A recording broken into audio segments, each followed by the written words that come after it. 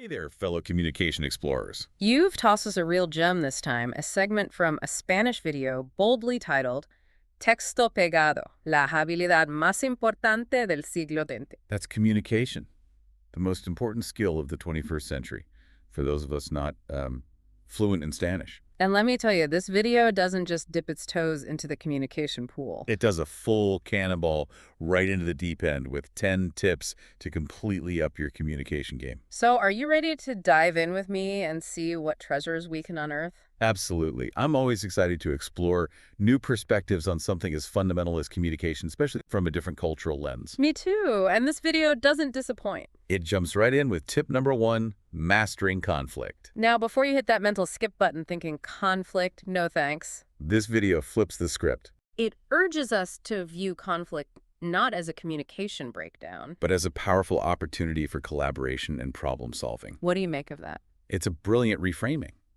You see, most of us are conditioned to avoid conflict, seeing it as inherently negative. But think about it, conflict often arises when there's a difference in perspectives, needs, or goals. And within that difference lies the potential for growth, innovation, and stronger relationships. I see what you mean. It's about digging beneath the surface of disagreement to uncover the root cause and find common ground. Exactly. The video illustrates this with a workplace scenario, which, let's be honest, is often a breeding ground for conflict. Imagine someone made a mistake on a project instead of the knee-jerk reaction of, you messed up, which Yeah. immediately puts people on the defensive. Oh, I've been on the receiving end of that one. And it doesn't exactly make you want to collaborate. Right. The video suggests a more collaborative approach, something like, hey, I'm sensing this task might have fallen outside our initial understanding of the project scope. What are your thoughts? Subtle but powerful shift. You're not placing blame. You're opening up a dialogue and inviting the other person to share their perspective. And that's key.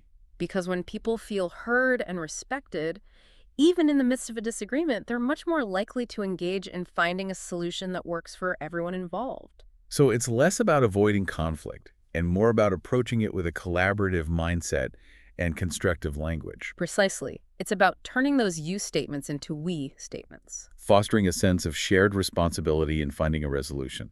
That's a great takeaway. It's a simple shift in language, but it can have a profound impact on the entire dynamic of a conflict. Okay, listeners, I'm curious. Think about a recent conflict you've had, How could you have approached it differently using this collaborative language? but you have turned that clash into a moment of connection and growth. Something to ponder as we move on to tip number 2 and get this, The video wants us to get better at communication by understanding. the 7 deadly sins. Now, hold on. Before you think we've taken a detour into theology class, It's not as much of a leap as you might think. remember these sins, lust, gluttony, greed, sloth, wrath, envy, pride, they're not just religious concepts. They represent fundamental human desires and motivations. And understanding those motivations, that's where the communication gold lies. So instead of seeing them as these taboo no-nos, we should view them as insights into what makes people tick. Exactly. Think of them as psychological archetypes. For instance, let's take greed. In a communication context, we might interpret this as ambition or a desire for tangible rewards. So if you're trying to persuade someone who you sense is driven by this, Framing your message in terms of potential gains or benefits might resonate more powerfully than, say, appealing to their sense of altruism. it's about speaking their language, appealing to their core desires to make your message stick. Precisely.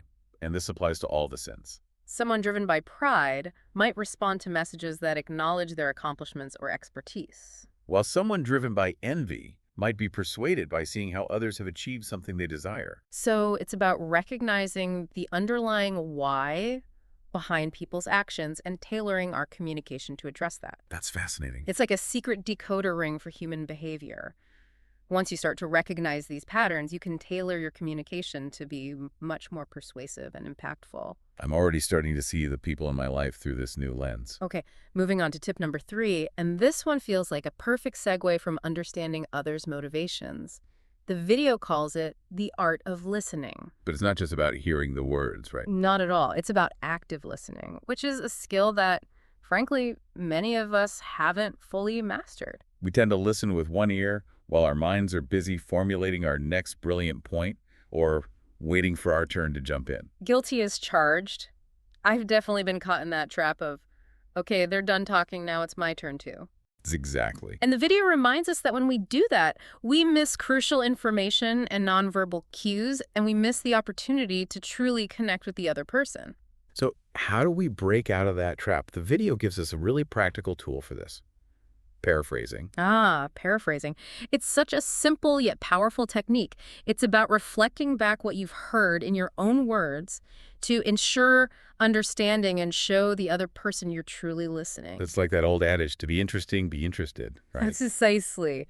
The video gives a really relatable example. Imagine you're chatting with someone and they mention they had a ton of meetings that day. Instead of just saying, oh, that's rough, try, wow, a ton of meetings today. What were they about? That small shift completely changes the dynamic. It shows you're not just passively listening, you're actively engaged and genuinely interested in their experience. And that's what makes people feel heard and understood. It's about making them feel like they're the only person in the room when you're having a conversation with them. So it's about shifting our focus from self to other, from our need to be heard to their need to be understood. Powerful stuff. Okay, listeners, let's turn this into action. Think about the next time you're in a conversation. How can you use paraphrasing to become a better listener? It might feel a little awkward at first, but I have a feeling you'll be amazed by the results. I completely agree. It's one of those small tweaks that can have a huge impact on the quality of our interactions. Speaking of small tweaks, tip number 4 is all about strategic questioning, which I think ties in beautifully with active listening. Absolutely. The questions we ask shape the entire direction of a conversation. They can either open up possibilities or shut them down completely. It's about being intentional with our questions, right? Exactly.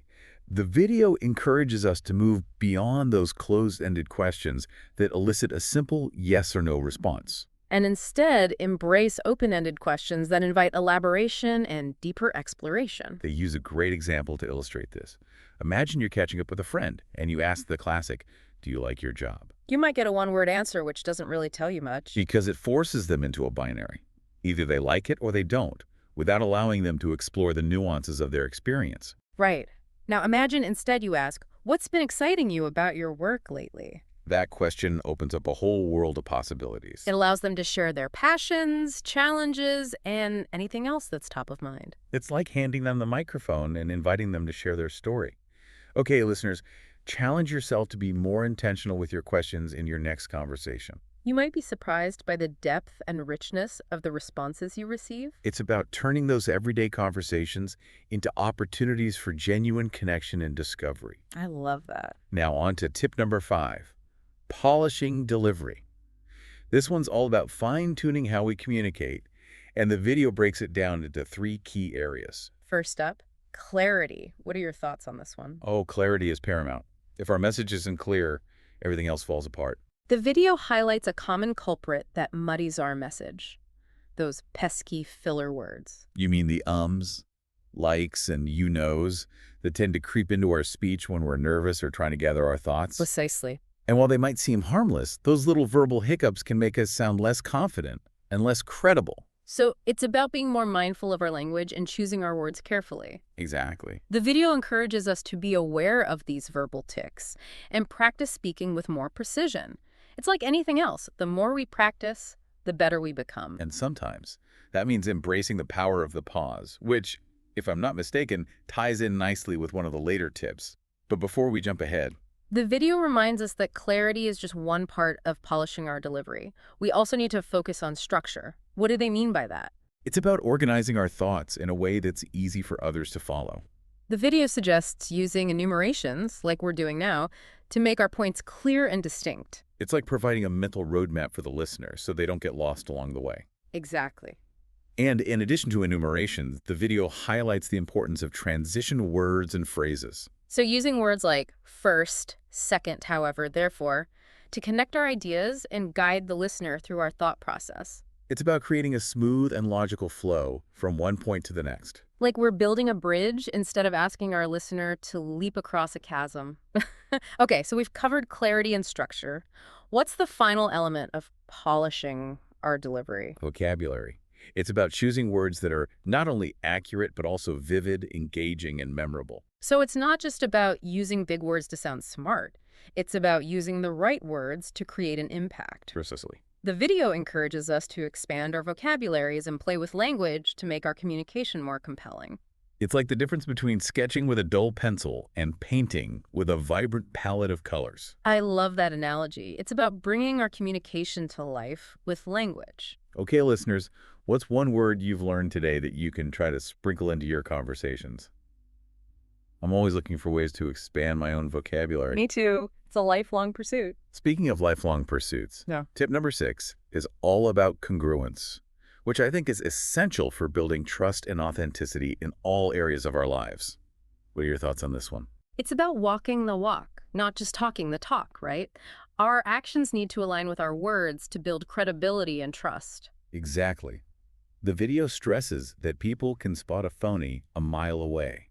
If our words don't match our actions, it creates a disconnect that erodes trust and damages relationships. It's like that saying, integrity is doing the right thing even when no one is watching. It's about showing up consistently with our values and actions. The video shares a really relatable example to illustrate this point. They talk about a partner who had a habit of being chronically late. Something many of us can relate to, I'm sure. And it wasn't just about the inconvenience of being late. It was about what it communicated, a lack of respect for the other person's time and boundaries. Right, because our time is valuable, and when someone disregards that, it sends a message, even if it's unintentional. Exactly.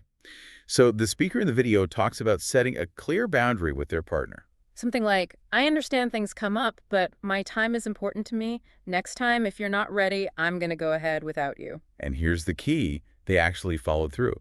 The next time their partner was running late, they left. That's the congruence piece. It's one thing to set a boundary, but actually enforcing it sends a powerful message that you're serious about your words. It's about aligning your actions with your words, even when it's uncomfortable or inconvenient. And the video suggests that while there might be some initial pushback, ultimately, people respect those who are true to their word. Because it shows you're not just all talk. You're backing up your words with action, which builds trust and respect. So it's about living in alignment with our values and making sure our actions reflect our words. Okay, listeners, what about you? What are some areas in your life where you could be more congruent? What boundaries have you set, and are you actually upholding them?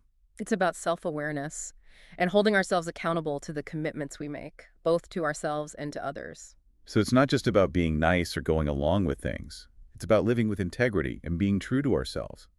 Which brings us to tip number 7, and this one really surprised me. From apologies to gratitude. Can you unpack that one for us? It's a fascinating concept, isn't it? Instead of defaulting to sorry, even when we've made a mistake, the video suggests expressing gratitude. It seems counterintuitive, but they make a compelling case. For instance, imagine you're running late for a meeting. Instead of the typical, sorry, I'm late, the video suggests trying, thank you for your patience. Subtle shift, but powerful impact, right? It acknowledges the inconvenience you've caused while also shifting the focus to something positive, the other person's understanding and generosity. It's like turning a fumble into an opportunity for a graceful recovery. And it reminds me of that quote, gratitude turns what we have into enough. Exactly. It's a powerful reframing that can transform a potentially negative interaction into a moment of connection and appreciation. Okay, on to tip number 8. Body language speaks volumes. This one's classic for a reason, right? Absolutely.